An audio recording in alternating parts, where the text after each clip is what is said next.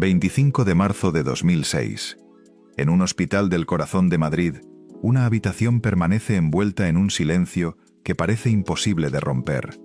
Allí, muy lejos del fulgor de los escenarios, lejos de los mariachis y de los aplausos que la inmortalizaron, se apaga la vida de Rocío Dúrcal, aquella mujer que México hizo suya, con devoción absoluta, y a la que España elevó hasta convertirla en leyenda viva.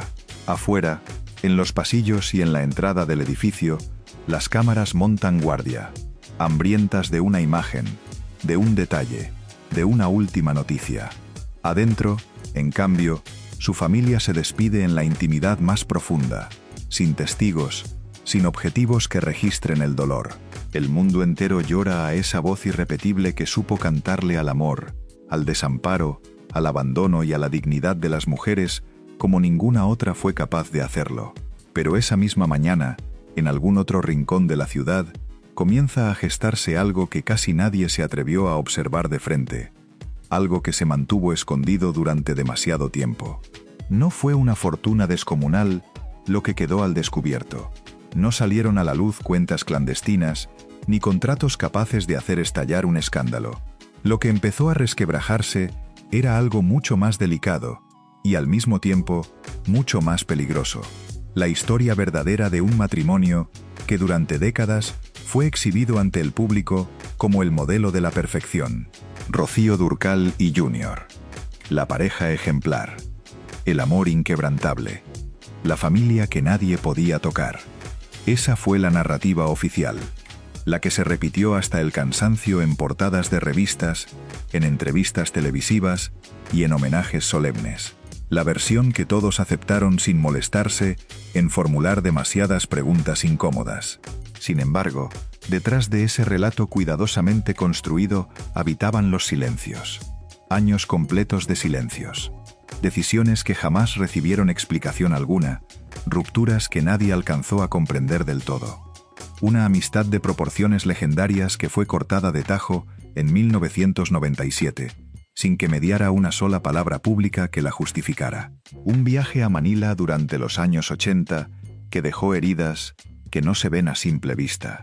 Y un hombre que, tras perder a su esposa, comenzó a desmoronarse con lentitud, como si junto a ella hubiera perdido no solamente al amor de su existencia, sino también el último dique que mantenía contenidos a sus propios demonios interiores. Durante años se habló de depresión. Se mencionó el alcohol, el agotamiento del alma.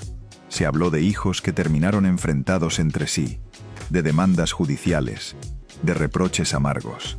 Se habló de soledad, pero casi nunca nadie se atrevió a hablar del origen real de todo aquello, de aquello que se había quebrado mucho antes de que llegara el desenlace, de ese secreto que jamás fue confesado abiertamente y que Rocío decidió cargar hasta su sepultura sin ofrecer ninguna explicación. Ese mismo secreto que Junior arrastró consigo hasta su último suspiro. Hoy, transcurridas casi 2 décadas desde la partida de Rocío Dúrcal y más de 10 años desde la muerte de Junior, continuamos sin poseer todas las respuestas. ¿Qué sucedió de verdad dentro de aquel matrimonio? ¿Qué fue lo que ocurrió para que una historia de amor terminara transformándose en una vida marcada por los silencios? ¿Y por qué, cuando todo llegó a su fin, ya no quedaba absolutamente nadie con la capacidad de revelar la verdad completa? Para lograr comprender ese final, resulta indispensable retroceder hasta el principio mismo, hasta ese momento en que el amor parecía bastar por sí solo, cuando ambos todavía creían, con sinceridad, que el éxito, la fama y la familia tenían el poder de cubrirlo absolutamente todo, incluso aquello que nunca se atrevieron siquiera a poner en palabras. En los años 60, mucho antes de que su nombre se transformara en una especie de altar venerado por millones de madres mexicanas, Antonio Morales era apenas un muchacho con rostro de extranjero y un hambre voraz por pisar un escenario. Había nacido en Manila, en plena guerra, y creció llevando en la piel esa mezcla peculiar de 2 mundos distintos. A los 15 años ya se encontraba en España, asimilando una lección que solamente comprende quien aprende desde muy joven a vivir del aplauso ajeno. Si las miradas no te buscan, Sencillamente, no existes. Por esa razón, cuando ingresó al grupo Los Brincos y más tarde dio forma al dúo Juan y Junior, aquello significaba mucho más que simple música. Era identidad, era sentido de pertenencia, era la confirmación reconfortante de que por fin el mundo había reservado un espacio para él. Y entonces ella entró en escena. Rocío Dúrcal todavía no era la leyenda que México terminaría venerando con fervor casi religioso. Era Marieta, la joven que sonreía como si nada en el universo tuviera el poder de quebrarla. Contrajeron matrimonio en 1970 y España no tardó en vender aquello como un cuento de hadas perfecto. La pareja joven, hermosa, célebre, las portadas, los destellos de los flashes, la palabra amor repetida una y otra vez como si se tratara de un rezo. Pero conviene guardar este detalle en la memoria, porque hará falta más adelante. En los matrimonios formados por estrellas, la tragedia casi nunca comienza con una discusión acalorada. Empieza con un desplazamiento de peso, con una balanza invisible que se inclina, con la primera ocasión en que uno de los dos brilla con más intensidad que el otro. Al comienzo, era Junior quien marcaba el compás.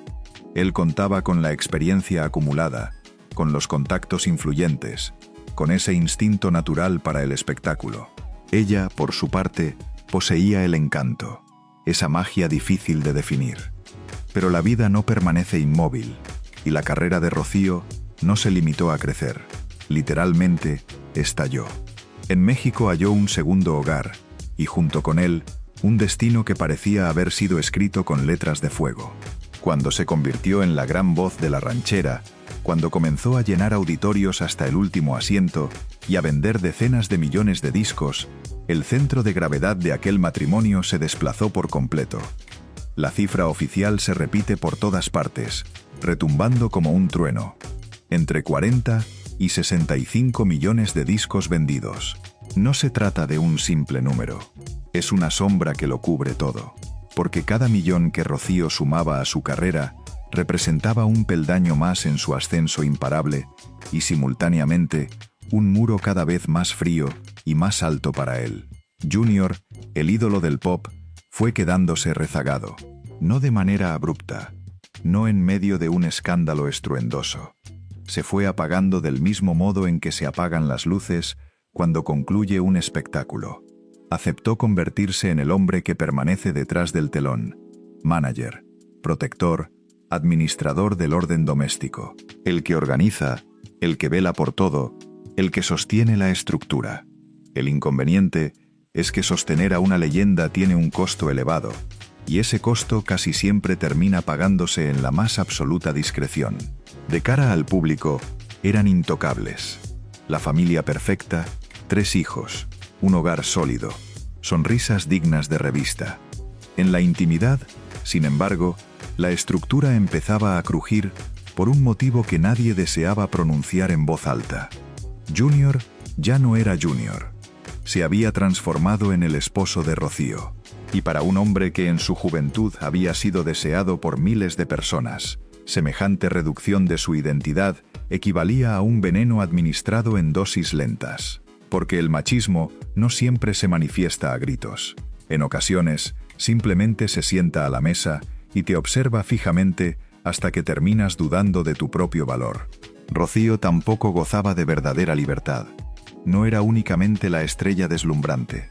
Era también quien cargaba sobre sus hombros el peso económico, el calendario interminable, los viajes agotadores, los contratos, el cansancio acumulado.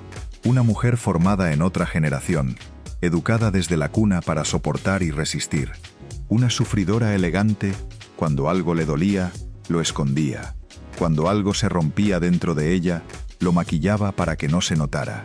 Y así, sin percatarse plenamente de ello, ambos sellaron un pacto que nunca firmaron sobre papel. No hablar, no mostrar, no admitir. Y aquí surge el punto preciso donde nace el destino de toda esta historia. Porque cuando una pareja determina que la verdad resulta peligrosa, cualquier tentación se convierte en una puerta entreabierta. Cualquier viaje se transforma en un riesgo. Cualquier amistad pasa a ser una posible amenaza. Y Junior, cargando con aquella soledad acumulada, con ese orgullo lastimado, con esa necesidad imperiosa de sentirse nuevamente visto y reconocido, comenzó a dirigir la mirada hacia el único lugar donde todavía podía aspirar a ser el protagonista indiscutible de su propia película. Su origen, Manila. La ciudad donde absolutamente todo había comenzado para él, y donde en 1980 llegó a creer que podría recuperar algo que ya se le estaba escapando entre los dedos. No imaginaba que estaba caminando directamente hacia el primer gran quiebre, ni que aquella fractura dejaría una herida que Rocío nunca confesaría públicamente, pero que cantaría noche tras noche, como si cada nota fuese una manera silenciosa de sobrevivir. Porque antes de la gran oscuridad siempre se asoma una primera traición, y la de ellos estaba a punto de aterrizar con una fecha exacta, como un golpe asestado en plena Navidad. 25 de diciembre de 1980, Manila. La ciudad se encuentra cubierta por esa calma engañosa que solo existe durante la Navidad, cuando las luces de colores se esfuerzan por ocultar todo aquello que las personas prefieren no mirar. En un set de filmación, Junior vuelve a respirar como artista, no como esposo, no como sombra de alguien más, no como administrador del calendario ajeno. Por primera vez en muchísimo tiempo, su nombre regresa al centro de la escena. Y para un hombre que llevaba años sintiéndose invisible, eso no constituía un detalle menor. Era una droga poderosa. Conviene retener este punto en la mente. No se trató de una noche de simple locura pasajera. Fue, más bien, el resultado de un vacío que se había ido acumulando durante años. Rocío estaba lejos, físicamente y de toda otra manera.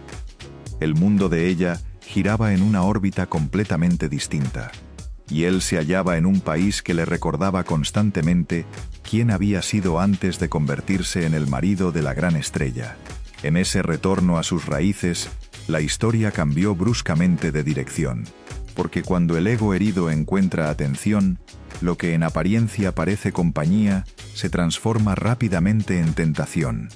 Y la tentación casi siempre se presenta con un rostro perfecto, con risas que brotan con facilidad, con la promesa tranquilizadora de que nadie llegará a enterarse jamás.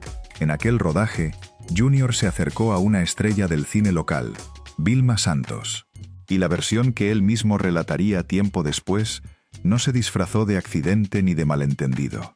Años más tarde, en su libro de memorias, reconoció abiertamente la infidelidad como un hecho consumado, como un corte limpio practicado sobre el cristal de su matrimonio. No fue un rumor inventado por terceros con afán de dañar. Fue una confesión escrita con la frialdad de alguien que tal vez necesitaba justificarse ante sí mismo, antes incluso que ante el mundo entero. Pero lo verdaderamente devastador no es lo que ocurre en la oscuridad. Lo realmente demoledor es lo que sucede cuando esa oscuridad se ilumina de manera repentina. Rocío no era una mujer ingenua. Poseía instinto, tenía buen oído, contaba con esa inteligencia emocional que se forja cuando una mujer aprende a sobrevivir entre destellos de flashes y mentiras cuidadas. Una llamada telefónica, una pausa demasiado prolongada, un tono de voz extraño. A veces no hace falta mucho más para que las alarmas se enciendan. Y entonces, desafiando toda lógica, desafiando toda prudencia, tomó la decisión de ir. Imagínenla por un instante. Rocío Dúrcal, en la cumbre de su carrera, habituada a los grandes auditorios, a las giras internacionales, a los protocolos rigurosos, convirtiendo de pronto su Navidad en una persecución silenciosa. Viajó sin anunciar su llegada a nadie, no con la intención de provocar un escándalo, sino para comprobar con sus propios ojos aquello que su mente ya estaba reconstruyendo pieza por pieza. La acompañó su hermana Susana, como si incluso en aquel momento Rocío intuyera una verdad dolorosa. Hay cosas que una mujer no debería enfrentar completamente sola. La escena resulta cruel precisamente porque no necesita gritos, no requiere golpes, no precisa de titulares estridentes. Solo necesita ese instante exacto en el que el cuerpo comprende aquello que el corazón se niega rotundamente a aceptar. El relato que figura en los archivos Habla de una llegada inesperada en plena festividad navideña y de un descubrimiento que partió algo en su interior. No importa cuántas veces hayan repetido después la frase, lo superamos. Existen traiciones que no se superan jamás. Se guardan, se acomodan en algún rincón del alma, y desde ese escondite comienzan a gobernarlo absolutamente todo. Rocío no se divorció. Esa es justamente la parte que desconcierta a tantas personas. La gente suele creer que, si no te marchas, es porque el dolor no fue tan profundo. Falso. En los matrimonios convertidos en leyenda, marcharse no siempre constituye una opción real. Hay hijos de por medio, hay una imagen pública que proteger, hay convicciones religiosas, hay miedo. Y también hay amor, por más que duela tener que admitirlo. Pero el perdón nunca borra el recuerdo, simplemente lo vuelve silencioso. Y el silencio, en esta historia particular, es el auténtico villano. A partir de aquel episodio, el pacto de no hablar se volvió todavía más sólido. Junior continuó desempeñando su papel de hombre de la casa, de gestor, de protector incansable. Rocío siguió cantando como si su garganta estuviera obligada a cargar con todo aquello que no podía pronunciarse en la mesa familiar. Y es precisamente ahí donde el guión adquiere un tono inquietante, porque muchas de las canciones que el público interpretó como románticas pudieron sonar, dentro de aquella casa, como algo completamente distinto. Como una advertencia velada, como un reproche disfrazado, como una forma elegante de llorar sin necesidad de romper la fotografía familiar. Y aquí aparece algo que casi nadie comprende hasta que lo experimenta en carne propia. La primera gran traición no destruye el matrimonio en el momento mismo en que ocurre. Lo transforma, lo convierte en una estructura frágil sostenida apenas por la rutina y las apariencias. Una casa bonita por fuera, con grietas disimuladas bajo capas de pintura fresca. Desde afuera nadie percibe nada anormal. Desde adentro, en cambio, cada paso resuena hueco. Porque cuando una mujer perdona sin hablar y un hombre continúa sin reparar el daño, la historia no concluye. Solamente se aplaza. Y ese aplazamiento crea las condiciones perfectas para algo todavía peor. Para un secreto que no será una infidelidad corriente. Para una ruptura que carecerá de explicación pública. Para un corte definitivo que años más tarde ocurrirá con una fecha precisa, un nombre de proporciones gigantescas y un silencio que llevará a todo el mundo a formularse la misma pregunta. ¿Qué sucedió realmente en 1997 para que Rocío cerrara una puerta que parecía absolutamente imposible de cerrar? 1997. No es un año cualquiera dentro de esta historia. Es una puerta que se cierra con tanta violencia que su eco continúa resonando décadas más tarde. Hasta ese momento, el vínculo entre Rocío Dúrcal y Juan Gabriel había parecido sencillamente indestructible. No se trataba únicamente de música, era química pura, era confianza absoluta. Era ese tipo de alianza capaz de convertir simples canciones en himnos imborrables y a una mujer en leyenda adoptiva de un país completo. Él le entregó composiciones que marcaron a generaciones enteras. Ella las volvió eternas con una voz que podía sonar como una caricia y como una sentencia dentro de una misma frase. Y durante años, Junior estuvo siempre allí, cerca, no como un tercero incómodo, sino como el guardián del círculo. El esposo, el manager, el hombre que controlaba las puertas, los contratos, los horarios, las llamadas telefónicas. Conviene guardar este detalle, porque resultará necesario más adelante. En este triángulo no existía un enemigo visible. No había insultos lanzados en público. No había titulares anunciando una ruptura. Y precisamente por eso, cuando finalmente todo se quebró, el golpe resultó todavía más demoledor. Porque no se rompió de la manera en que se rompen las amistades comunes y corrientes. Se rompió como se quiebran los pactos sagrados, con un silencio absoluto, con un corte quirúrgico y limpio, con una negativa total y rotunda a volver siquiera a mirar hacia atrás. En 1997, Rocío y Juan Gabriel dejaron de dirigirse la palabra. La explicación oficial que circuló por los medios de comunicación fue aquella que siempre suena razonable tratándose del mundo de los artistas. Problemas relacionados con derechos de autor, desacuerdos de índole económica, tensiones surgidas por una producción, por un videoclip, por las distintas maneras de hacer las cosas. Se mencionó el conflicto en torno a la guirnalda como el pretexto perfecto, una razón técnica, una razón que no salpica ni mancha a nadie, una razón que permite seguir intercambiando sonrisas durante los homenajes. Pero hay una pregunta que se niega a desaparecer por más que la repitan hasta el cansancio. Si todo se reducía a una cuestión de dinero, ¿por qué el corte fue tan definitivo? ¿Por qué jamás hubo una reconciliación? Ni siquiera con el paso de los años, ni siquiera cuando la enfermedad comenzó a merodear alrededor de la casa. En el mundo real, incluso las disputas por dinero se negocian, se firman acuerdos, se arreglan, se maquillan hasta volverse presentables. Lo de ellos no. Lo de ellos fue algo de naturaleza completamente distinta, y la pista se encuentra escondida en la forma precisa que adoptó aquel silencio. Rocío no hablaba de Juan Gabriel del modo en que se habla de un ex colaborador cualquiera. Rocío hablaba como si estuviera protegiendo una herida que todavía sangraba. Aquí entra en escena el nombre que siempre termina apareciendo cuando una historia se resiste a permanecer quieta. Joaquín Muñoz, alguien que se presentó a sí mismo como una persona cercana a Juan Gabriel y que, con el correr de los años, lanzó una versión tan explosiva que parecía deliberadamente diseñada para incendiarlo absolutamente todo. En su relato, la ruptura no se explicaba mediante contratos ni a través de egos artísticos enfrentados. Se explicaba por algo mucho más íntimo, mucho más humillante y dentro de la cultura del machismo iberoamericano, mucho más insoportable de digerir. La versión que él difundió insinuaba que Juan Gabriel no sentía celos de Rocío por causa del escenario ni de la fama. Estaba obsesionado, según esta versión, con aquello que Rocío poseía en su propio hogar, Junior.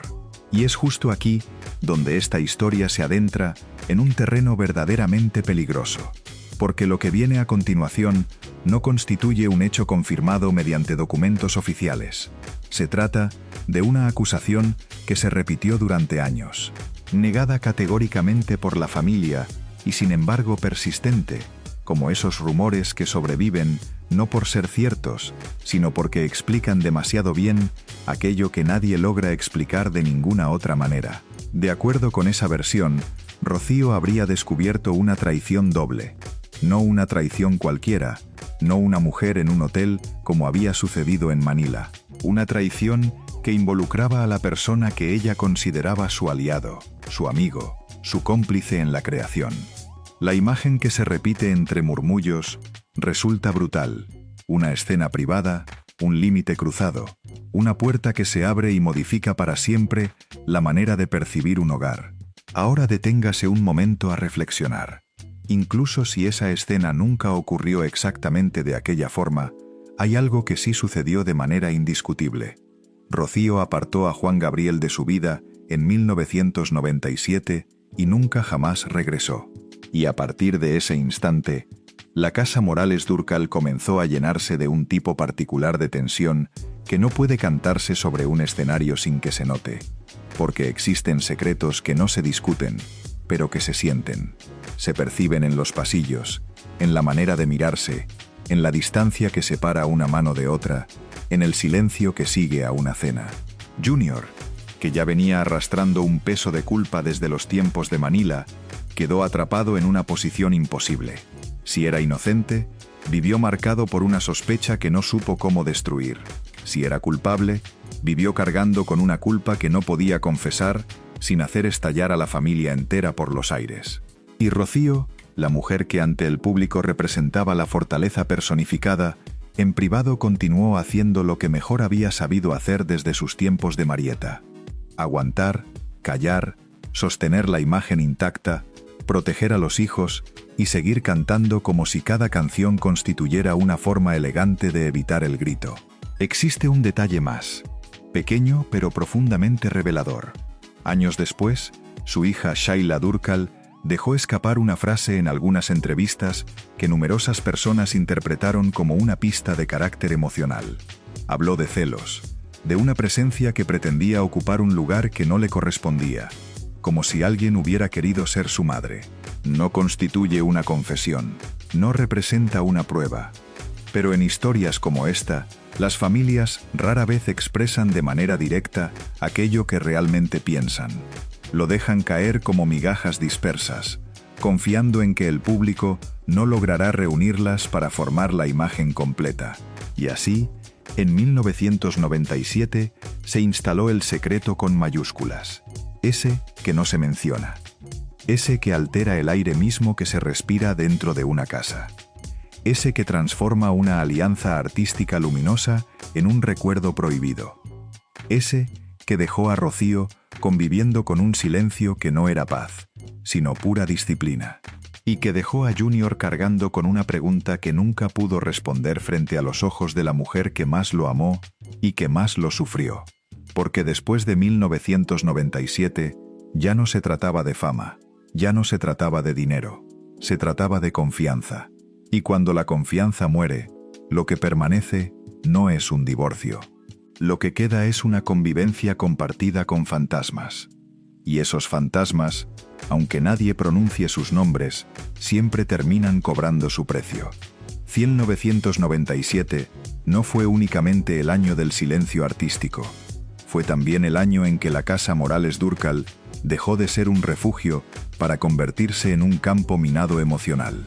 Porque mientras el mundo continuaba contemplando a Rocío Dúrcal como la voz firme, elegante y prácticamente invencible de la música latina, dentro de aquellas paredes se estaba gestando otra historia muy diferente. Una mucho más íntima, mucho más incómoda y, por encima de todo, imposible de transformar en canción. Tras el corte definitivo con Juan Gabriel, algo se modificó en la dinámica familiar. No de forma explosiva, no entre gritos ni titulares. Cambió del mismo modo en que cambian las cosas que duelen de verdad, con rutinas tensas, con silencios que se prolongaban más de lo habitual, con miradas que evitaban cuidadosamente sostenerse durante demasiado tiempo. Rocío siguió cumpliendo con todo. Grabó discos, atendió compromisos, se presentó ante su público con la misma compostura de siempre. Pero quienes la rodeaban de cerca empezaron a advertir una distancia nueva, una especie de disciplina emocional que antes no había estado presente. Junior, por su lado, asumió un papel todavía más hermético, más controlador, más presente y a la vez más inaccesible. Si antes había sido el marido mánager que organizaba agendas y protegía la carrera, a partir de aquel momento se transformó en el guardián absoluto del entorno. Filtraba las llamadas, decidía qué encuentros se permitían, administraba los tiempos. No como un villano evidente, sino como alguien que parecía firmemente convencido de que el orden constituía la única manera de sostener lo poco que aún permanecía en pie. Y aquí surge un punto fundamental. Rocío no era una mujer sometida, era una mujer que elegía callar. Existe una diferencia abismal entre ambas cosas.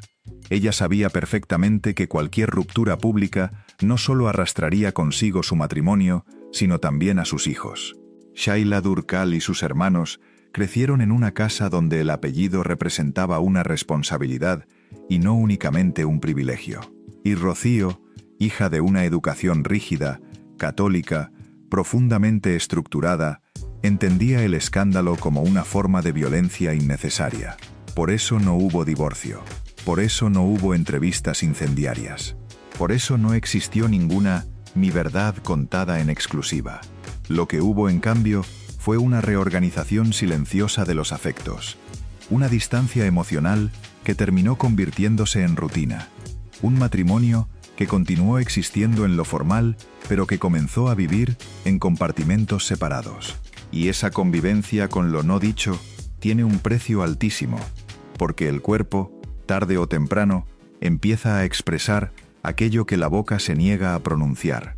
Hacia finales de los años 90, Rocío comenzó a reducir su actividad pública. No fue un retiro anunciado con bombos y platillos. Fue un repliegue gradual. Menos giras, Más tiempo dedicado al hogar, mayor atención puesta en los hijos. Y al mismo tiempo, un desgaste físico que no terminaba de explicarse únicamente por el avance de la edad. Fatiga constante, dolores persistentes. Un cansancio que no desaparecía ni siquiera con el descanso. Mientras tanto, Junior continuaba funcionando como el eje organizador de absolutamente todo, incluso cuando ya no quedaba demasiado por organizar. Los hijos percibieron el cambio con claridad. Años más tarde, en entrevistas medidas y siempre cuidadosas, dejaron entrever que la casa había dejado de ser un lugar liviano, que el ambiente se había vuelto denso, que existían asuntos sobre los cuales no se preguntaba porque intuían que no debían preguntarse. En familias como aquella, el silencio no se impone por la fuerza, se aprende, se hereda, se convierte en una forma de amor torcida, pero perfectamente funcional. Y entonces llegó el diagnóstico, no como una revelación dramática y repentina, sino como la confirmación lenta de algo que ya se sentía instalado en el cuerpo. Rocío enfermó, primero de manera discreta, casi imperceptible, luego de forma irreversible. El cáncer apareció del mismo modo en que aparecen tantas verdades en estas historias. Cuando ya no queda energía suficiente para seguir sosteniendo las máscaras, cuando el cuerpo decide imponer un límite que la mente se había negado a poner con anterioridad. Durante todo aquel proceso, Junior estuvo presente. Resulta importante reconocerlo. No huyó, no abandonó, acompañó, gestionó tratamientos, protegió la intimidad de Rocío con la misma rigidez con la que había protegido todo lo demás a lo largo de los años. Pero hay acompañamientos que no logran sanar las heridas antiguas, solamente contribuyen a que dejen de verse desde afuera. Y Rocío, incluso enferma, permaneció fiel a su naturaleza. No expuso nada, no acusó a nadie, no ofreció explicaciones. Murió en el año 2006, y con su muerte no se abrió de inmediato ninguna caja de Pandora. No hubo confesiones tardías, no hubo ajustes de cuentas públicos. Pero algo sí ocurrió después. Junior, por primera vez, quedó completamente a solas con su propia versión de la historia. Y esa soledad, con el paso del tiempo, comenzó a pesar mucho más que el silencio que antes habían compartido entre dos. Porque cuando la persona que decidió callar ya no está presente, el secreto deja de ser un pacto compartido para transformarse en una carga estrictamente individual. Y es justo ahí donde esta historia empieza a girar hacia su tramo más incómodo. No el del escándalo, sino el de la memoria. El de aquello que se empieza a decir cuando ya no queda nadie con vida capaz de desmentirlo. El de los relatos que emergen no para hacer justicia, sino para aliviar culpas ajenas.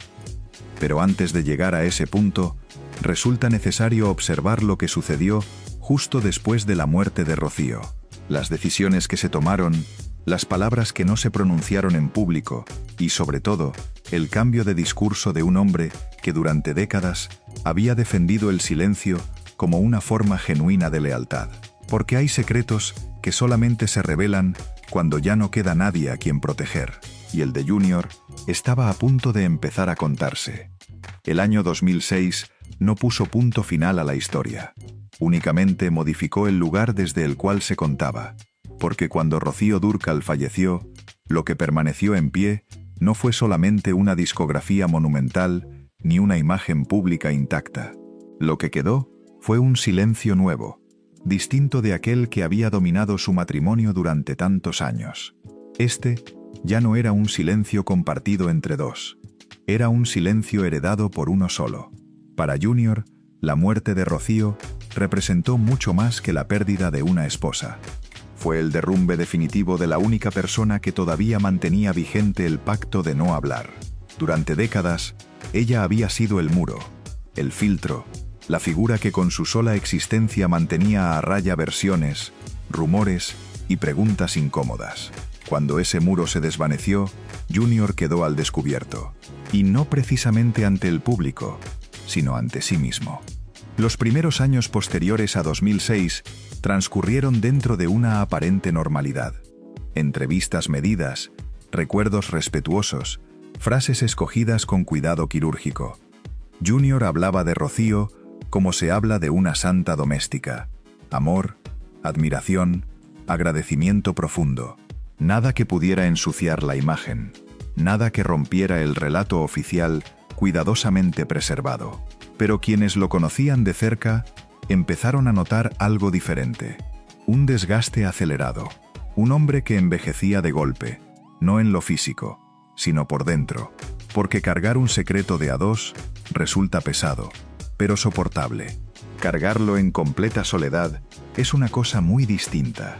El silencio deja entonces de ser lealtad para convertirse en castigo.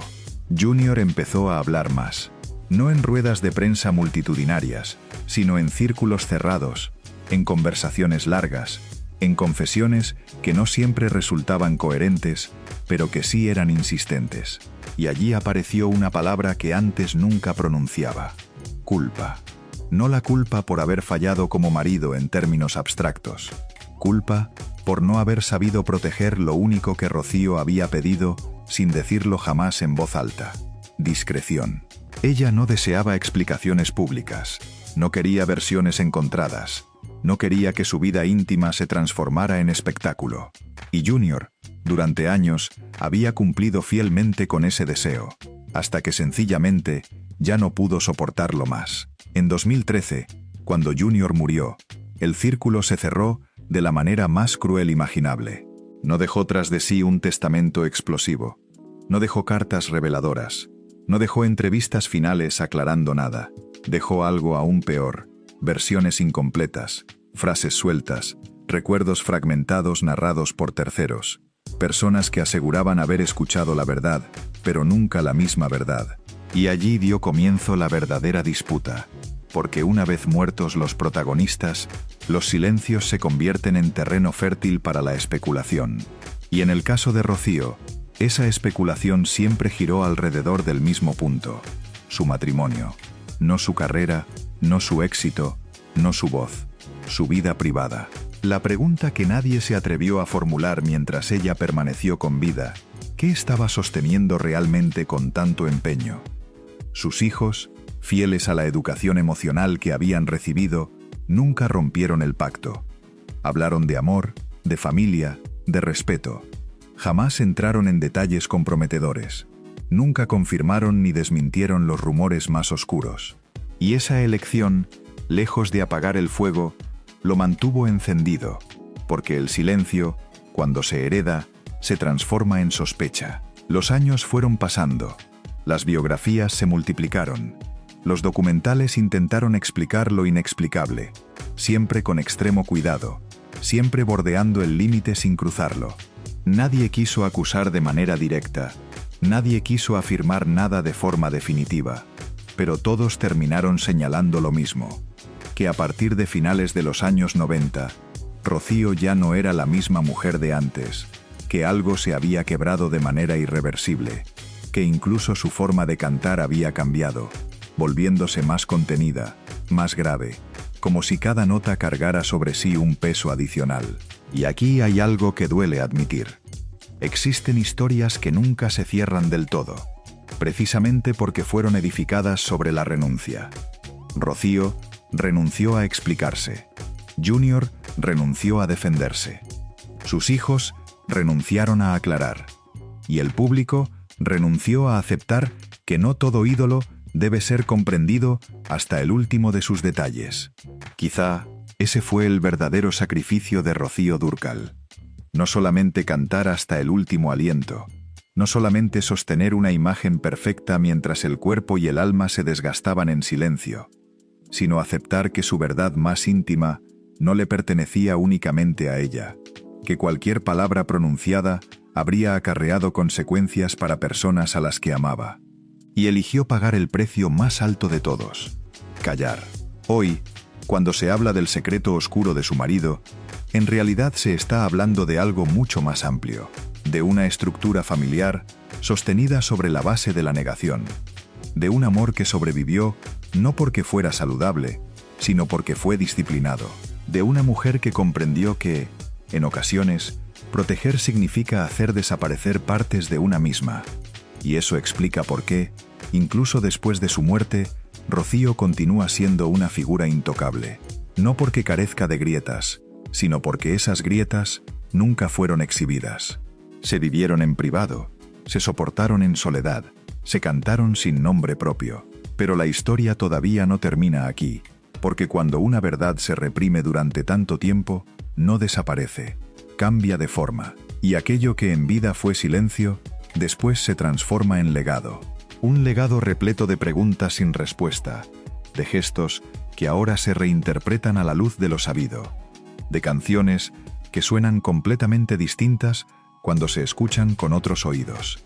Y es ahí donde entramos en la última etapa de esta historia, no la del escándalo, sino la del balance, la del costo real de haber sido una leyenda sin permitirse jamás ser vulnerable. Porque para comprender quién fue verdaderamente Rocío Dúrcal, hay que mirar no solo lo que cantó, sino también todo aquello que decidió no decir. Durante años, Antonio Morales Jr. vivió como un hombre que ya había alcanzado el final mucho antes de morir realmente. No se trataba de vejez, no era únicamente tristeza, era la acumulación de silencios que nunca llegaron a pronunciarse en voz alta. Tras la muerte de Rocío Dúrcal, en marzo de 2006, el mundo contempló a un viudo devastado, pero dentro de aquella devastación se escondía algo todavía más profundo que el simple duelo. Había culpa, había miedo, y había un vacío que ninguna herencia, ninguna casa ni ningún recuerdo lograrían llenar jamás. Junior se quedó completamente solo en Torrelodones, en la misma casa donde durante décadas se había levantado el mito de la familia perfecta. Las paredes seguían cubiertas de fotografías, de premios, de discos de oro, de sonrisas congeladas en el tiempo. Pero la casa entera había enmudecido. Sin Rocío no existía orden, no había estructura, no quedaba nadie que sostuviera aquel equilibrio emocional que siempre había sido frágil. Él mismo lo reconoció en entrevistas posteriores. Sin ella, no sabía siquiera quién era.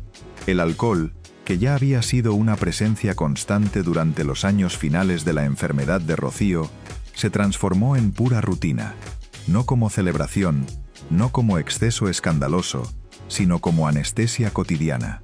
Beber para conciliar el sueño, beber para lograr despertar, beber para no pensar, beber para no recordar Manila, beber para no pensar en Juan Gabriel, beber para no escuchar las voces de sus propios hijos, que ya no lo contemplaban como a un padre, sino como a un administrador incómodo del legado de su madre. En 2009, estalló todo aquello que permanecía oculto. Carmen y Antonio, los hijos mayores, llevaron a su propio padre ante los tribunales. Lo acusaron de haber ocultado parte de la herencia de Rocío en cuentas situadas fuera de España. La noticia se sintió como un golpe demoledor de carácter público. La prensa habló de cifras, de propiedades, de porcentajes, pero nadie se detuvo a hablar del verdadero impacto emocional que aquello tuvo. Para Junior, aquella demanda no representó simplemente una disputa de carácter legal. Fue la confirmación dolorosa de su mayor temor.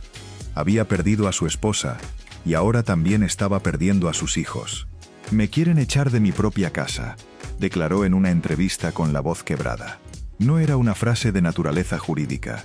Era un hombre de casi 70 años hablando desde el más profundo abandono. La imagen de aquel padre derrotado contrastaba de forma brutal con la del joven ídolo pop que había sido en los años 60. El círculo se cerraba de la peor manera posible. Aunque años después hubo un intento de reconciliación, impulsado especialmente por Sheila, la herida ya estaba abierta y no terminaba de cerrar. El juicio fue retirado. Las fotos familiares volvieron a aparecer en eventos puntuales. Pero algo esencial no regresó nunca: la confianza. Junior continuaba viviendo rodeado de recuerdos, pero emocionalmente separado de los vivos. Durante sus últimos años, su rutina se redujo al mínimo. Paseos breves, silencios largos, el televisor encendido sin que nadie le prestara verdadera atención.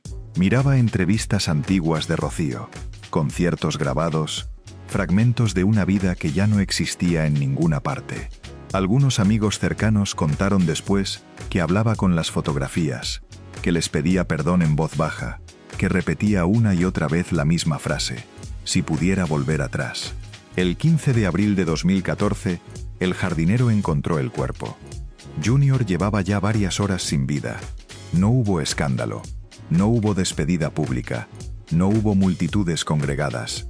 Murió en completa soledad, en la misma casa donde alguna vez había llegado a creer que lo tenía absolutamente todo. El informe médico atribuyó el fallecimiento a causas naturales, pero quienes lo conocieron de verdad sabían que el cuerpo simplemente había seguido al alma, que llevaba años agotada. Así concluyó la vida del hombre que fue esposo de una leyenda, padre de 3 artistas, amigo de gigantes de la música, no entre aplausos, no acompañado de música, sino envuelto en silencio. Un silencio pesado, acumulado a lo largo de décadas, que había comenzado mucho antes de su último suspiro, porque hay vidas que no se quiebran en un solo acto dramático, se desgastan lentamente, a base de secretos guardados, de culpas que jamás se resolvieron, y de palabras que nunca se pronunciaron cuando todavía quedaba tiempo para decirlas. Cuando Rocío Dúrcal murió el 25 de marzo de 2006, el mundo creyó que la tragedia había llegado finalmente a su término, que el dolor ya había cobrado su factura más alta, que no podía existir un final más cruel que la muerte de una mujer que le había cantado al amor eterno mientras libraba en silencio una batalla contra el cáncer. Pero la verdadera historia no concluyó aquel día. Apenas estaba comenzando. Porque hay muertes que liberan y hay muertes que desnudan. Durante más de 30 años, Rocío sostuvo una estructura que solamente ella era capaz de mantener en pie. No mediante gritos, no a través de escándalos, sino con silencio, con trabajo incansable, con una disciplina que rozaba lo religioso. Mientras su voz llenaba estadios enteros en México, mientras vendía más de 40 millones de discos, mientras se consolidaba como la española más querida de toda América Latina, su vida privada permanecía siendo un territorio sembrado de minas que ella atravesaba sin que nadie lo advirtiera siquiera. Cuando Rocío desapareció, ya no quedó nadie que contuviera la verdad. Antonio Morales, Jr., quedó completamente solo frente a todo aquello que había estado evitando enfrentar durante años. Sin la mujer que lo protegía, sin la figura que amortiguaba sus errores, sin la presencia que otorgaba sentido a su rol. El hombre que había vivido durante décadas bajo la identidad de el marido de Rocío Dúrcal quedó expuesto, frágil, despojado por completo de su máscara. Y entonces sucedió lo inevitable. Los hijos dejaron de ser herederos para convertirse en adversarios. La casa dejó de ser hogar para transformarse en campo de batalla. El legado dejó de ser memoria para convertirse en litigio judicial. Pero más allá del dinero, más allá de los juicios, más allá de los titulares de prensa, lo que realmente salió a la superficie fue otra cosa muy distinta. La confirmación de que Rocío había cargado completamente sola con un matrimonio sostenido a base de renuncias. Renunció a confrontar, renunció a destruir, renunció a hablar, y pagó ese precio hasta el último de sus días. Las versiones, los rumores, las acusaciones que afloraron tras su muerte no constituyeron nuevos pecados. Fueron viejas verdades despojadas de censura, historias que solamente se atrevieron a circular cuando ella ya no estaba presente para desmentirlas ni para proteger a nadie. Junior murió 8 años más tarde, en abril de 2014, solo, en silencio, en la misma casa donde alguna vez se había celebrado el amor perfecto. Su muerte no resolvió absolutamente nada, no limpió su nombre, no aclaró los secretos, únicamente cerró la última puerta, y allí quedó todo. 3 hijos marcados por una herencia que jamás pidieron, una familia rota sin posibilidad alguna de reconstrucción completa, y una mujer, Rocío Dúrcal, convertida en mito pero también en advertencia, porque esta historia no habla solamente de fama. Habla del costo de callar para poder sostener una imagen, del precio de proteger a los demás a costa de uno mismo, de lo que ocurre cuando el amor se transforma en un sacrificio permanente. Rocío no murió traicionada, murió cansada, murió habiéndolo entregado absolutamente todo, murió sin romper jamás el pacto de silencio que ella misma había construido con sus propias manos. Y quizá sea ahí donde resida la verdad más dura de todas, no en el escándalo, no en el secreto oscuro, sino en comprender que la mujer que cantó Amor Eterno fue, en vida, la que más aprendió a vivir sin él, porque algunas leyendas no se destruyen con la verdad, se vuelven todavía más trágicas cuando comprendemos todo lo que tuvieron que soportar para seguir siendo, hasta el final, leyenda.